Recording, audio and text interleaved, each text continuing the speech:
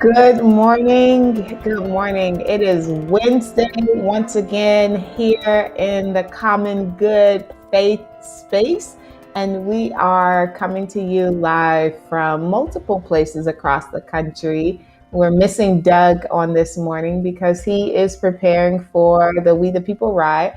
But again, we are excited about this conversation that we will have on today as we think about faith and the common good and labor. I am Reverend Dr. Stephanie Rose Spalding, one of your hosts, pastor of Ebenezer Baptist Church in Colorado Springs, and it is good to be with you here on another Wednesday. Laura? Yeah. Hi, Stephanie. Hi, Dominique. Laura Truex, coming to you from Chicago, Illinois. I am the pastor at LaSalle Street Church, which is right on the near north side of Chicago. And I'm excited to talk about what we're going to be talking about today because Chicago figures as one of the epicenters of organized labor. So it's going to be a fun day. Dominique, passing it to you. Yeah, good morning. Dominique Gilliard. I serve as the Director of Racial Righteousness and Reconciliation for the Evangelical Covenant Church. And I'm coming to you this morning from Conyers, Georgia, right in the metro area of the city, right outside the city. And I'm excited to have this conversation about labor because I believe that the last 20 or so months should make us think a little bit differently about the conversation of labor. And just looking forward to all the different ways in which we can flesh out this conversation to make us think about the common good in a more robust way. Great. So that's actually a really good place to start. Many of us have spent the last few days, this past weekend, some of us not working, celebrating Labor Day, having that Monday off. And hopefully it was an enjoyable um, celebration for you.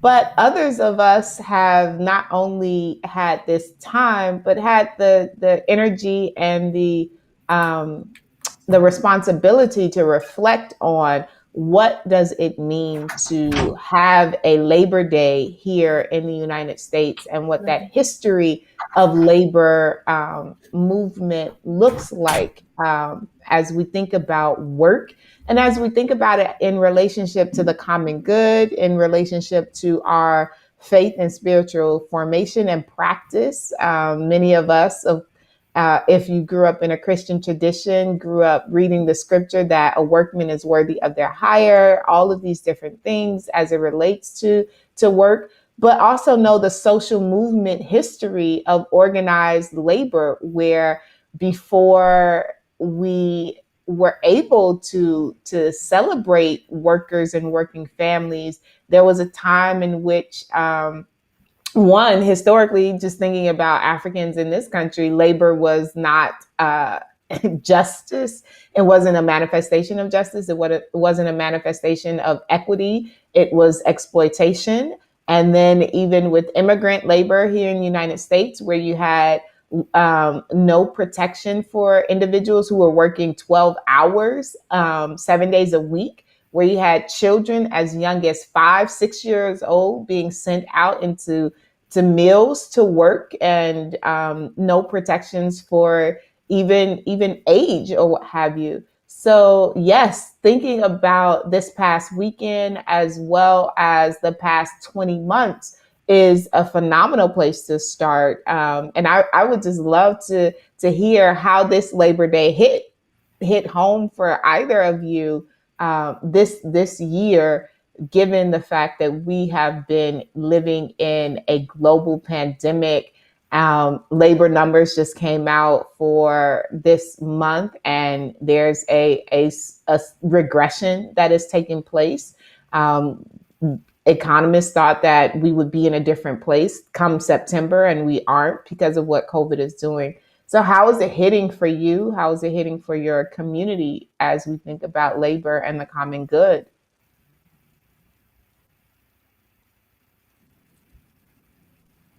Yeah, when I think about the conversation, I think one, given particularly early in the pandemic, how the rising numbers of unemployment, and how many people kind of were really longing for work.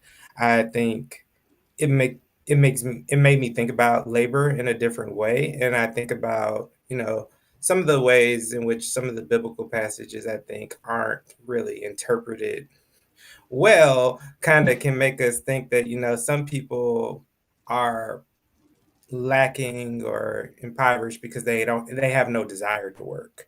And sometimes that's just not the case. There are people who desire to work, but there's actually not meaningful work that pays a livable wage that provides a sustainable life for some of our neighbors. And I think we have to reckon with that reality a little bit more intensely than what we do. But I think also, just the reality of how many of our sisters and brothers, again, early in the pandemic, were forced to be front facing workers, when so many of us had the privilege of being able to work from home. It just, it made me think about these conversations about labor in a different way. And then I'd say the last thing uh, that really I still chew on is, some of the protections and a lot of the protections that were secured through labor movements and that kind of stuff.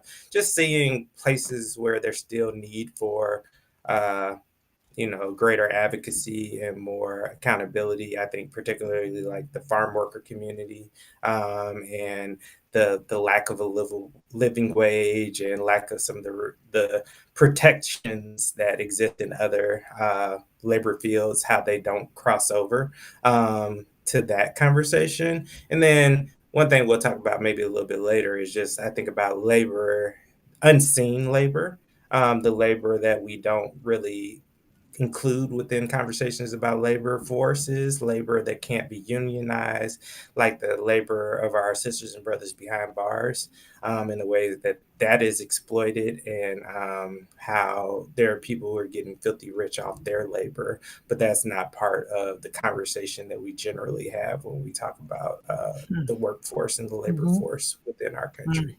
mhm. Lots of Mm. dimensions, right? Yeah. It's interesting.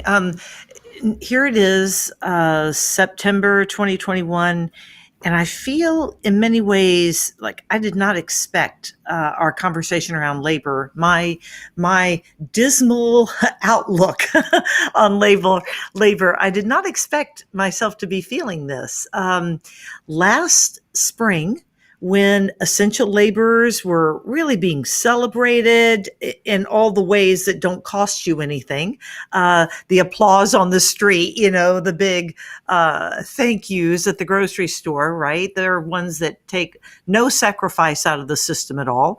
Um, I would have thought that we would have experienced more of a groundswell of understanding, solidarity, support for, recognition that there is an army of people who are the bedrock of everything.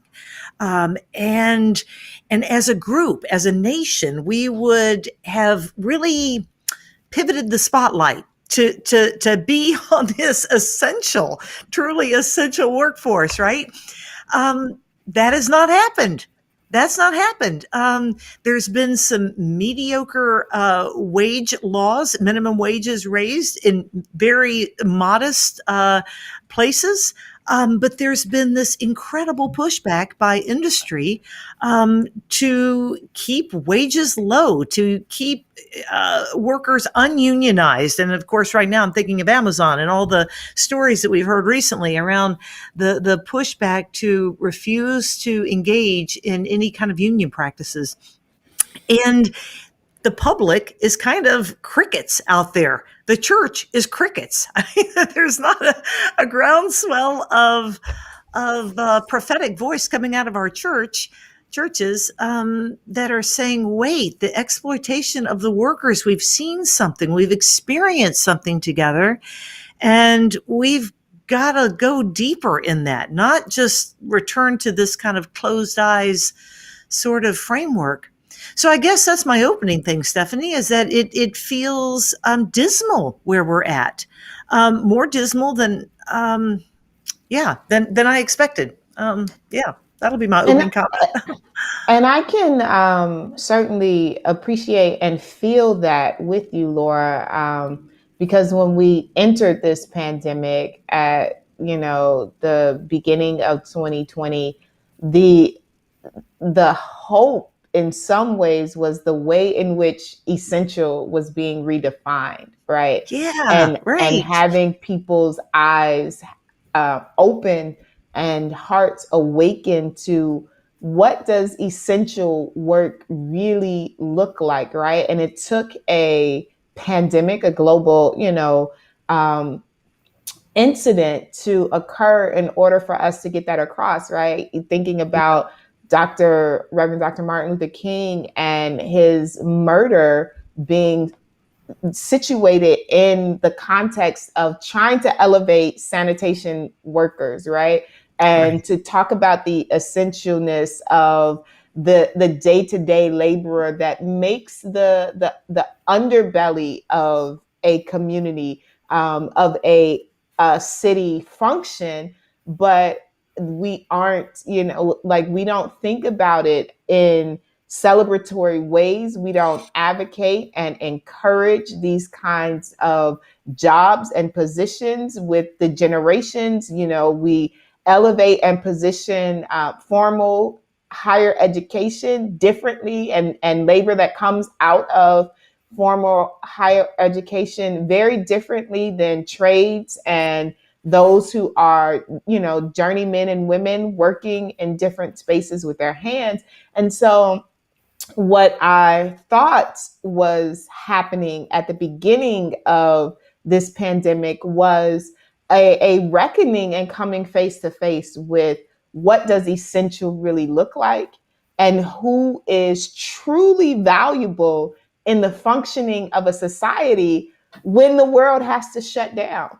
Like, who cannot, right, cannot go home and shut down, right. or all of the parents from my congregation and in my community who were just rightfully so beyond themselves when they had to spend 8 hours and more a day with their children, when they could not send them off immediately to the teachers that we don't want to pay, that are the least paid laborers in our society. So I feel you in so Hmm. many different ways, Laura, when Hmm.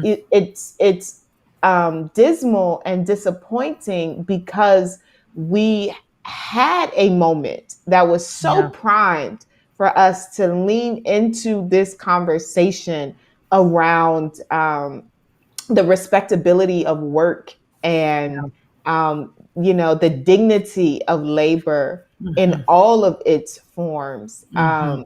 And to some degree, we have moved beyond that dramatically and back to a conversation of productivity and consumption Yeah, right now, exactly. Yep. even as we are still in the midst of this pandemic.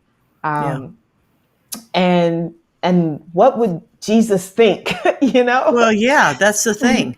That's right. In fact, I think Jesus is so much more radical than we ever can really think, I think, as 21st century Christians in America. Um, you know, we, just to step back for a second, I mean, can you imagine a holiday like Labor Day being passed right now? I mean, that's got socialism written all over it, doesn't it? I mean, no way would that fly in any red state in the country right now. It's hard for me to imagine the federal government passing something like that right now, which tells you just how whacked we are, how far off the mark we are, right? Um, Labor Day passed in 1894. I just looked this up because of course, we just preached on this, right? And reflecting on what it was like in 1894 and reflecting on this in Chicago anyway, we had the Haymarket riots, Mhm. which you know what the Haymarket riots were all about? I mean, Dominique, you may remember this from your time in Chicago here. I don't know, but it was peaceful people on the street looking for an 8 hour a day workday. That's what it was all about. It turned violent because the police turned it violent. The Pullman strikes down on Yes. the, in Pullman, which at that point was a company town just on the south side of Chicago. This is Pullman Railroad. Um, the workers were striking because they were conscripted to live in a company town, paying exorbitant rents. Historians across the board say at least 20% higher than what rents were going for in the immediate area, forced to purchase from the company store all of their stuff, their groceries and the like, and subject to the whims over no overtime, terrible working conditions. And that turned violent because somebody else put a bomb on them. I mean, yeah. Okay. So in the midst of No, all the that, irony of it, because they just opened the Pullman Railroad Museum like this Labor Day. That oh the wow. irony of it. So that happened this weekend as Oh a national God. historic landmark. So yes, you're absolutely right. Yeah.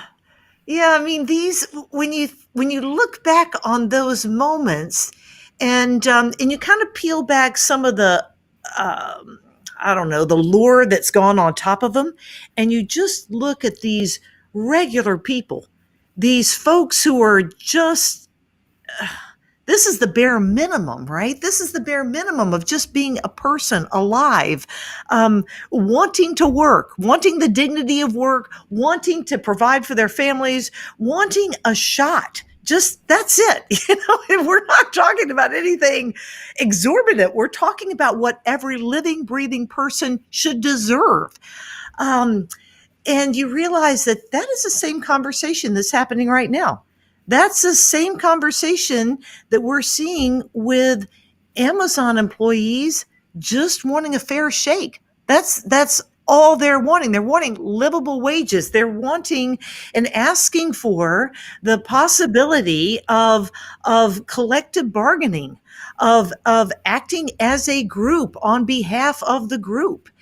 Um, Anyway, I know that we could get down a lot of tendrils with this, but it does feel like this is the same conversation now in 2021 that was happening in 1894 and 1891, right? When those riots are happening and the Labor Day is established as this kind of day when we're going to honor the dignity of the human worker. And we're in the same place.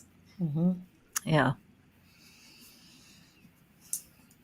I appreciate how my friend Eugene Cho talks about politics and political engagement for a lot of faith communities who that's not been their historic orientation.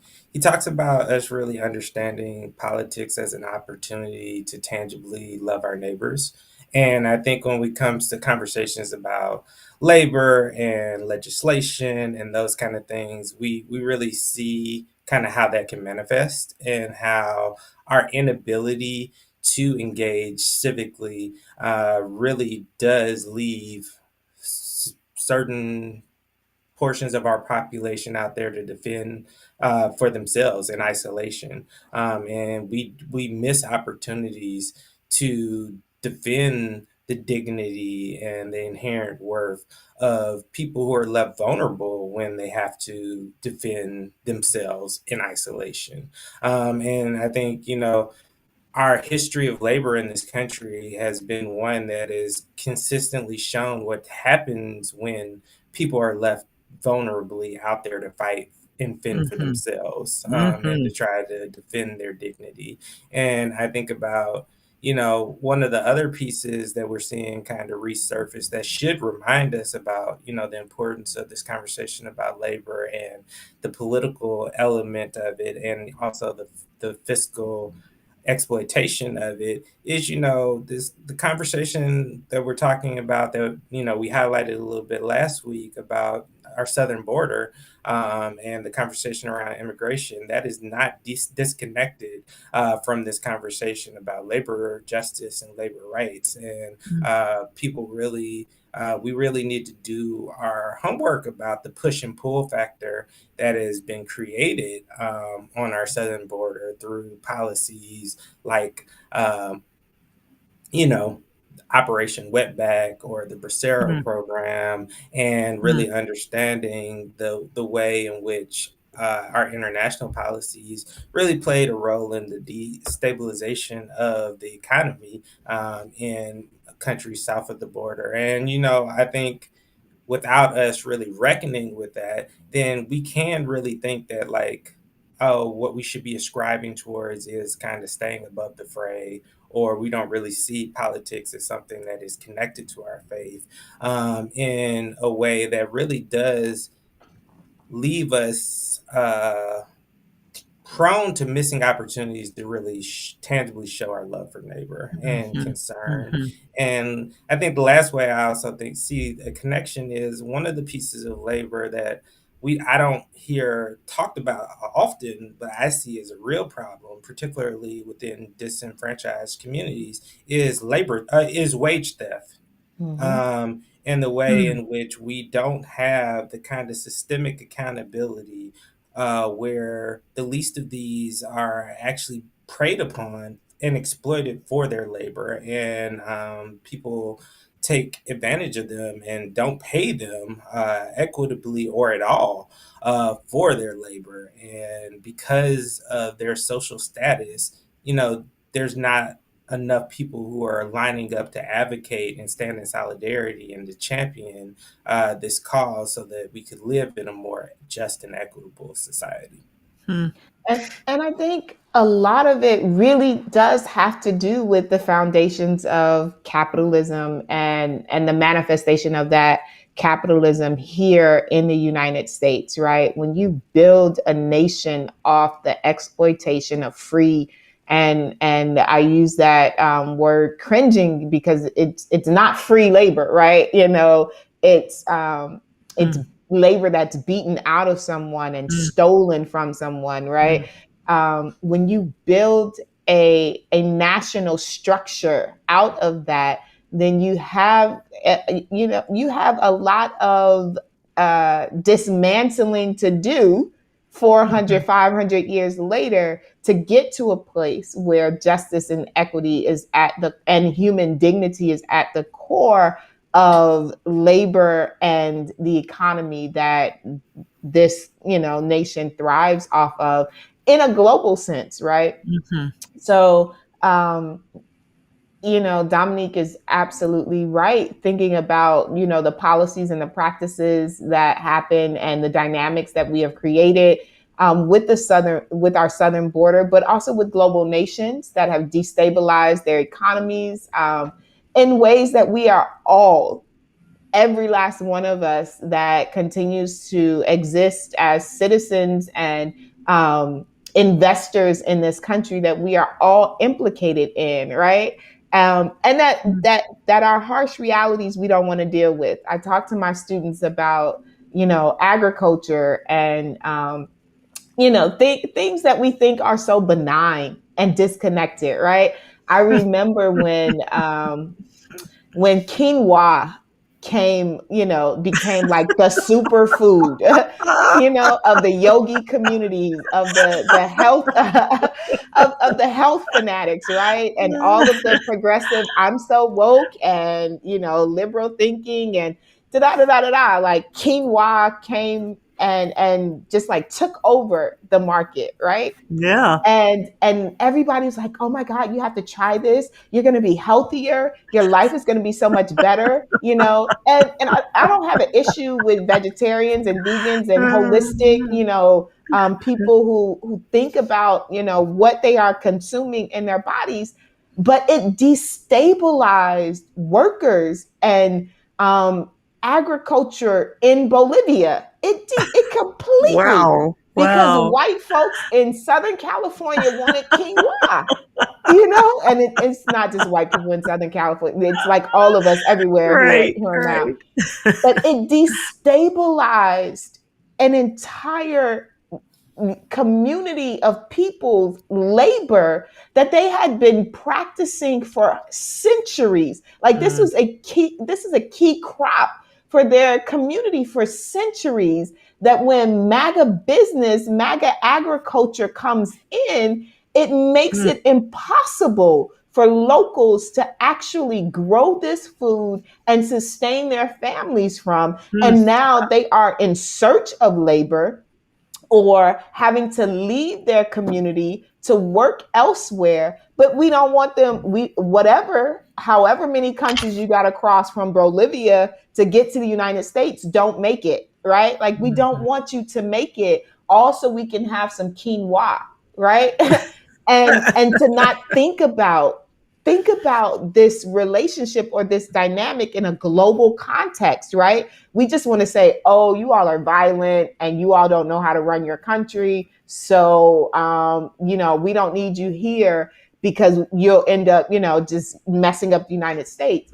The other piece of that is, I remember when Arizona was in the battle around removing La Raza studies and ethnic studies from its curriculum, and also making it possible for the stop and frisk of immigrants, and Right. having to articulate your citizenship or immigration status. And they passed all of this anti-immigrant and racist legislation, but on top of it, like, it and I just, it really just left me speechless. On top of all of the anti-immigrant legislation that they passed in that season, they also passed the ability for day laborers to come and work, because we Mm, still mm, needed you to work these farms and get this lettuce and go home back across the border at the end of the day. And I was just like, mm, the hypocrisy. And mhm. nobody wants to talk about this. Nobody wants to Yeah. bring, how is it possible, ethical, that this is even probable and passable for a state in this country to be able to do that to human beings. But again, going back to the point, when your foundation for an economy is built on the exploitation of labor, then it is going to continue to bear that kind of fruit. Mm, mm. Yeah, it does feel like there's something at the very core of who we are or how we've structured this that is always going to win, no matter what our intentions are, no matter these movements that come in and try to force a door open or a change to be made. That it's back to that kind of powers and principalities thing that Paul talked about. That's what we're really wrestling against. There's a structure that we like to think is invisible. We like to think we don't see it, but we do see it. Occasionally, the curtains pull back. We see what's behind this, pulling the strings. I think I appreciate Stephanie, tying these dots together. We are formed on the exploitation of others. We are also formed in this way that we don't want a safety net. And I'm kind of thinking about the whole of how Europe often has this large safety net underneath. You may not, have you may not have everything you want, but you're probably not going to have to go homeless. There'll be a way that your rent can be paid. There'll be a way that you can get medical care. Let's just talk about Britain, just England, right? But here in America, there's no expectation you're going to have medical care. There's no expectation that anybody's going to come in and provide housing for you. You're talk about the vulnerability of being on your own, as Dominique just shared. You really are on your own in this country, and the possibility exists, sure, that you might climb very high on the ladder, and there will be some that for whom that happens. there's also the strong, possibility, the strong outcome that you may be destitute and wonder, as a woman in our church is wondering right now, I've got $12,000 in my bank account. That's all my money in the world. I'm 81 years old and I've been diagnosed with Parkinson's, and I don't know where I'm going to live, and I don't know how I'm going to live, and I have no children, and I've got a church community. That's what I got to hold on to here. Um, so I, so anyway, I say all that, and then I think about the structures of capitalism itself, right? That these businesses are designed to make money for the shareholders. That's stated. It's loud and clear. It's all over. It's easy to hide behind the screen of, that's how I'm formed. I'm formed to make money. For my investors, period. I'm not here to do a social good. I'm not here to pay living wages. I'm not here to, as Jim keeps telling us convictingly in the chat here, that wages and housing, right, are connected. You saw that picture coming out of the new Amazon facility in Mexico next to the shanties all around it. I mean, there's a way that Jeff Bezos can come out and say publicly, what is this to me? This is not what my shareholders are asking me to do. I'm here to make money for them. So unless we're going to really rise up with a prophetic voice and say, no, no, how do you change that? Again, it's back to the powers and principalities. Unless we really we find our voice, a collective voice, it's Dominique in the corner over here trying to raise the banner on incarcerated labor and the exploitation of it. It's Stephanie over here connecting this dot of the framing of our country and where we find exploited workers right now. It's random, right? I feel like we need, I don't know, we need a new uprising. Somebody's got to lead, right? And I And I think think that, for go ahead, I Dominique. was just gonna say, I think we have to really reckon with the way our complicity with this as the people of God in our churches and our discipleship, and the way in which scripture, for Christians, explicitly addresses economic exploitation and does it consistently. But within our preaching, our teaching, our Bible studies, our, discipleship resources, we neglect the conversation. And I think our negligence really does start to form and shape us in a way where we can become complicit and not only do we become complicit, we become folks who champion these kind of imperial values of rugged individualism and Yes. bootstrap theory and all these Yes. different things Yes. that are countercultural. I mean, not countercultural; they are antithetical to the kingdom economy Yes. and what we're called to actually pursue, and the kind of accountability that we're supposed to be as the moral conscience of our nation. And so I think until we really double down and actually do the hard work of discipling our members into a different understanding of, uh, you know, finance and what does it mean to pursue the common good and shalom and flourishing collectively instead of just individually, we're going to continue to circle back to this conversation. And Laura, you were talking earlier about things that would never pass. You're talking about Labor Day would never pass. Man, I think about like gleaning laws and that Hmm. being like the expectation for the people of God, like to have that No. conversation in 2021, it would be that would be And it's so it's so necessary, right? I do think that the work of the Poor People's Campaign is at the heart. Yeah. Like that is a movement to connect to when we really think about the church being a prophetic voice in this moment, and Reverend Barbara, and what he is. Doing as it relates to morality, like being a conscience for the nation. So if you all are not familiar, if you're listening and not familiar, if you just Google Poor People's Campaign and Reverend William Barber, all of this will come up for you.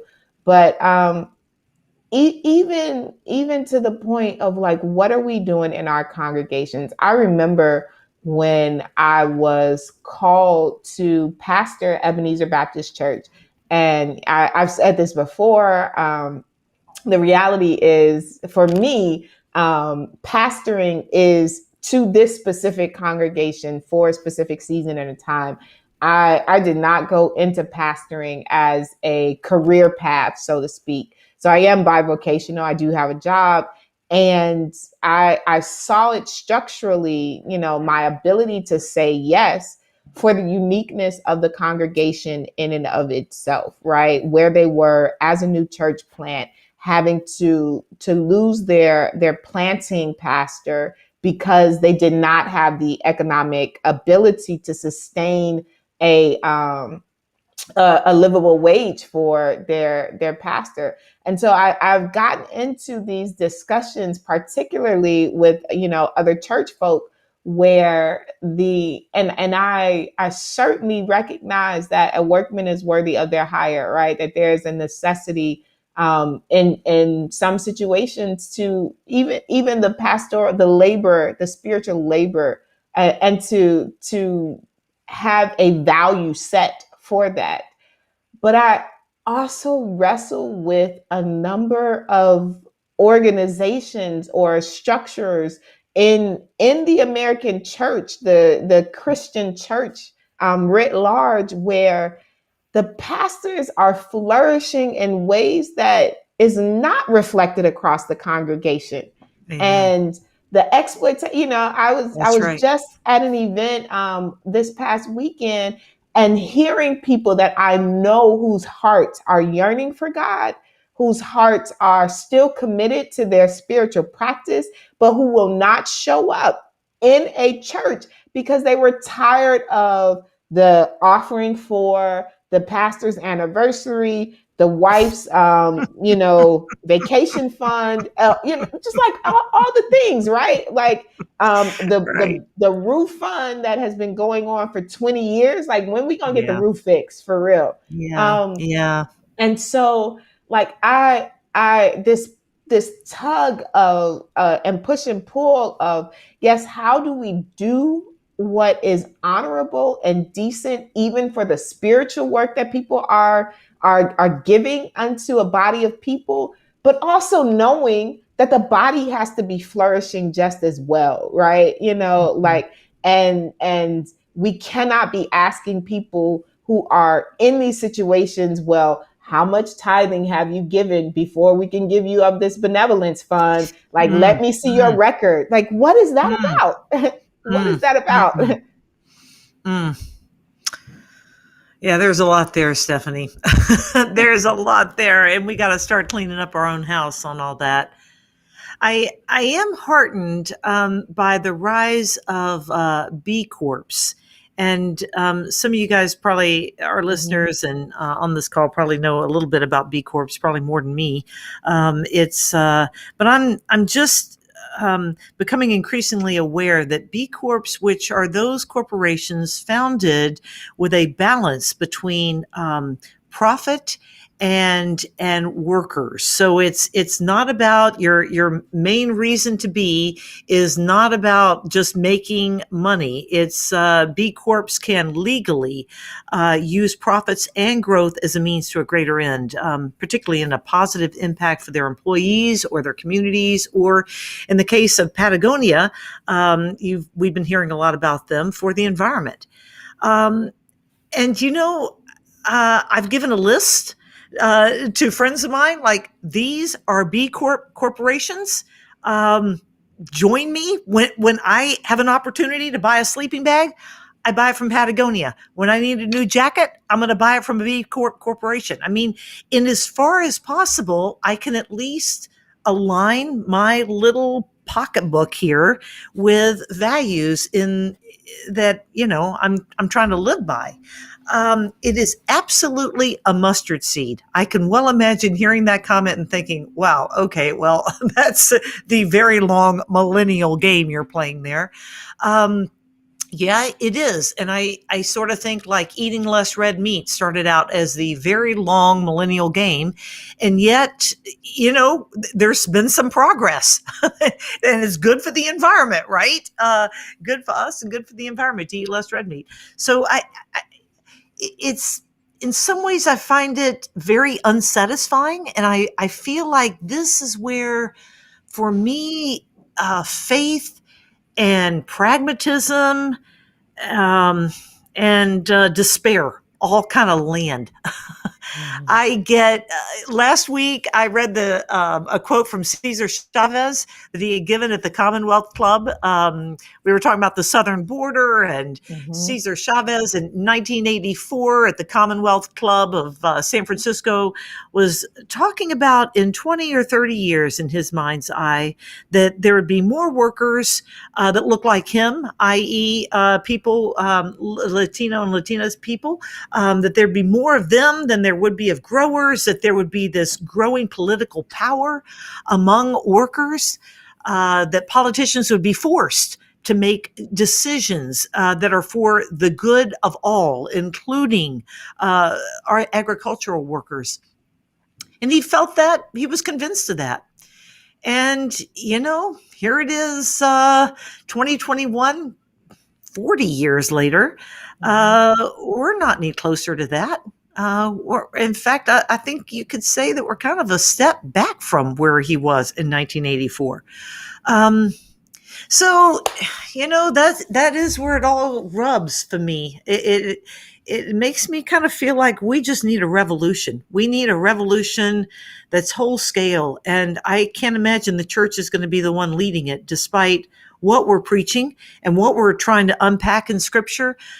Because I think the powers and the principalities are just too big, and my husband hates it when I go down this road, but I really feel it. And I feel like if me, a white woman who's had privilege after privilege, feels that way, if that thought has reached my cranium, it's got to be in the air. There's got to be a lot of people who are feeling like, enough of this.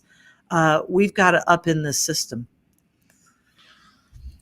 Yeah, I do think that, what you talk about is a mustard seed, and it is. But, I think if enough of us are diligent and persistent in how we dedicate our lives and express our faith and love through kind of engaging in these mustard seeds, they do start to create spaces where new life can be created, and where Mhm. sustainability becomes a new tangible reality for folks Mhm. who are disenfranchised and have their backs against the wall.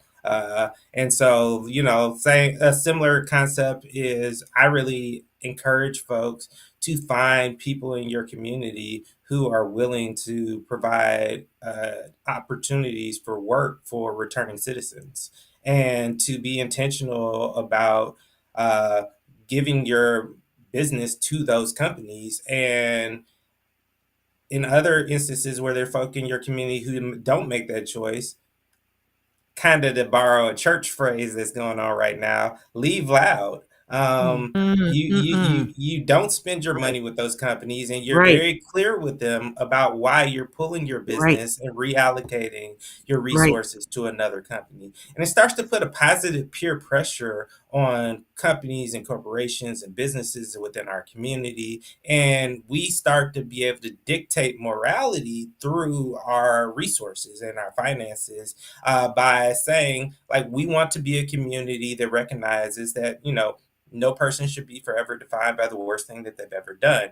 That we have people who are returning to our community, and there is no lifeline for them, because, most of us have been conditioned to think that, they just get what they deserve. And if they would have never did what they did, then they wouldn't be in this situation. But we want to be a more caring, hospitable, supportive community that's interested in the common good, the collective flourishing of our community. And so Right. we're only going to spend money with companies that are willing to partner with us in cultivating this kind of reality in this neighborhood. Yeah. I think we underestimate how much power we have with our dollars, and I think we Mm-hmm. really need to become more strategic and creative about how we wield that power for the common good. And Mm-hmm. I agree, it is mustard seedish, but I think the more we do it and the more we do internal examination and think about all of the ways that we could be creating this kind of synergy towards this as the norm as opposed to the exception, then that's how we start to do the work innovatively of building the kind of communities that we want to be a part of and being the change that we want to see in the world. Mm-hmm. Mm-hmm. And it's not far fetched, right? That it seems and it feels like a mustard seed, right? But it's so possible because it just happened, right? I remember the campaign cycle where before the Democratic presidential nominee was set, and you had a stage of 20 plus people, and here's this Andrew Yang talking about a universal basic income, and people are like, oh my Right. God, what is this Right. dude talking about? This Right. is not Mm-hmm. possible. You're not going to be able to just give people $1,000 a month and see how Right. they live and survive. And bam, a pandemic hits. And what happens? Yeah. Universal basic income, right? Like the sustaining $300 a week for families, and this is Right. what we're adding to, this is what we're giving to everyone who, so that they can sustain their life. it's Yeah. it's not it's not an impossibility. In some ways it's so arbitrary that, to not do it is really what's hurting us the most, right? And Mm-hmm. and it's not the idea that people did not want to work, that they, because of these tax credits and the infusion of cash to families, that they were like, well, I'm going to stop looking for labor. But they began to see how labor and this nation operate and function differently, right? And to have access to basic necessities is a human right. And it Mm-hmm. helps people. It genuinely helps people to lean more into their human dignity and decency, to want to flourish in ways when the basic necessities of life are provided for you, where that Mm-hmm. balance between the rising cost of housing and wages are happening, when you can get access to health care. Again, universal health care happened during this pandemic. Anybody want a vaccine? Go get it. Mm-hmm. Like Mm-hmm. anybody who desires a vaccine is capable of going to get it. It should be the same with everything, right? Anybody who has any medical issue should be able to go and get what they are in need of, so that we can continue to being functional human beings in our society. Mm-hmm. Yep. Yep. There's a really good documentary called Stockton on My Mind that highlights the mayoral stewardship of the city of Stockton in California by a young African American mayor, Michael Tubbs. I would really encourage folks to check that out because he embraces this all the things that you were just talking about, Stephanie, and has done what people said could not be done in Mm. Stockton. And it has really been something that is such a countercultural witness of what it looks like to pursue the common good and what can actually grow when we actually believe that common collective Mm-hmm. flourishing is possible and we're Mm-hmm. willing to put in the work because it's an uphill battle because we're in a society right now who just thinks that these things are nonsensical kind of pie in the sky, and then there are other people who think that these kind of principles or ethics are anti-American, Mm-hmm. And so you get denounced as anything but a child of God inside and outside of the church for Right. having this kind of vision of collective flourishing. And I Right. think, you know, we start to perish for a lack of imagination Yeah. and a lack of kind of these signposts of the inbreaking reality that collective flourishing is what we're commissioned to pursue, and not Mm-hmm. just the individual biological family flourishing kind of things that we talked a little bit about a couple of weeks ago. But I think this documentary is a very tangible example that this is possible, Mm-hmm. that if we have the will, there is a way. And so Yeah. just want to share that as a resource. Yeah, I appreciate that. I jotted that down, Dominique. Thanks for that shout out. And, you know, just to return to this revolution thing, because we have a couple of comments in the chat, including DG, Hollums. This is nothing short of reformation, right? Phyllis Tickle is right. And some of the listeners may remember that Phyllis Tickle talks about the 500-year rummage sale. And she Mhm. just kind of goes back through church history to say that about every 500 years, there is a unsettling movement that just really upends the church. So back in 500 AD, it was the rise of a monastic movement. It was Constantine embracing Christianity. So Christianity moving from the margins to an official religion. In 1000 AD, you get this huge split between the Eastern Church and the Western Church that continues all the way to today. 1500, you get, of course, the Protestant Reformation and that huge split. Right down the middle, again, continuing with all of its chaos and wonder, and now we're at a great moment of upheaval. Where, as Dominique said, in some quarters, the church is so aligned with nationalism and with a identity of empire that some of us have a very difficult time Mhm. distinguishing between who we're kneeling to, whether we're kneeling Mhm. to the empire of capitalism and Americanism and kind of Western valuism and all the rest of that, or are we in fact being remade into the gospel? And that does make me think, okay, it could be a peaceful revolution. Maybe Mhm. Jim Eaton said we need a peaceful revolution. Sure, I think that would be great. Um, I also think that it wasn't too many election cycles ago when most Americans said that inequality was their number one concern. Um, I think there are certain voting pockets of people right now who absolutely believe that inequality is a number one concern, which is why they are doing everything in their power to limit who can vote, to limit the electoral process as narrowly as possible, because they look on the horizon and they see a changing America, and it's a very fearful scene for them out there. Um, so I also think inequality is a huge concern, and I see it as a minister because I think it is the inequality that we very comfortably live with. Many of us very comfortably live with is antithetical to the gospel that Jesus lived and kept teaching on.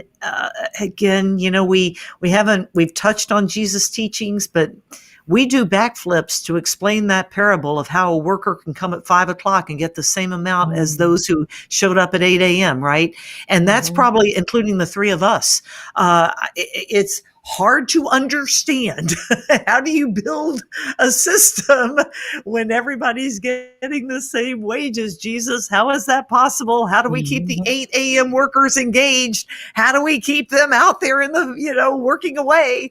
It's just very hard to really embrace, I think, just how radical Jesus was about this and how clear he was around the dignity of the worker and the insistence that everyone has a place in the kingdom of God and that the last truly are first. So get on board, people, because this is the kind of train I'm driving here. Um, So yeah, I say all that. I'll stop talking now. But my prayer is that it's a peaceful revolution. But even deeper, I just think it's got to be upended. We've just got to be pried out of these buckets and this narrowness of our lenses. And however God sees fit to do that, I want to say, bring it, Lord. Let it be, right? In the language of Mary, may it be done unto me, a handservant of the Lord. I feel like we've all got to just stand in that place and keep our eyes fixed on what Jesus is doing and how we can be part of it. Wow, what a great place to wrap this conversation up for today. But knowing that hopefully it's not the end of the conversation, that you all will continue to have these discussions in your homes and in your congregations or in your communities, however you gather, and that we will continue to do the work of the common good. So thank you all for joining us. We are here on almost every platform, whether you are a Facebooker, YouTuber, Twitcher, we are present and want you to connect to this podcast and the podcast throughout the week. So again, we appreciate you and continue to follow us and share us with others. Bye, everybody.